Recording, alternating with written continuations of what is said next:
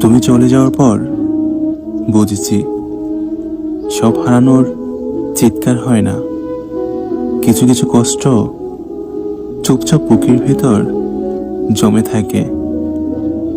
হয়তো কারো অজান্তে, হয়তো নিজের কাছেই গোপনে। একটা সময় ছিল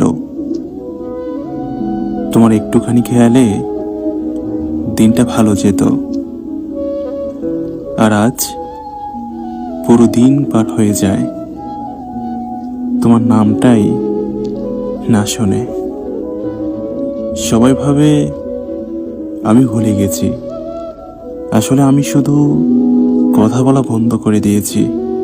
ভালোবাসা কি মুখে বলা ছাড়া আর কিছু নয়? তুমি বোঝোনি আমি কতটা সত্যি ছিলাম তোমার জন্য।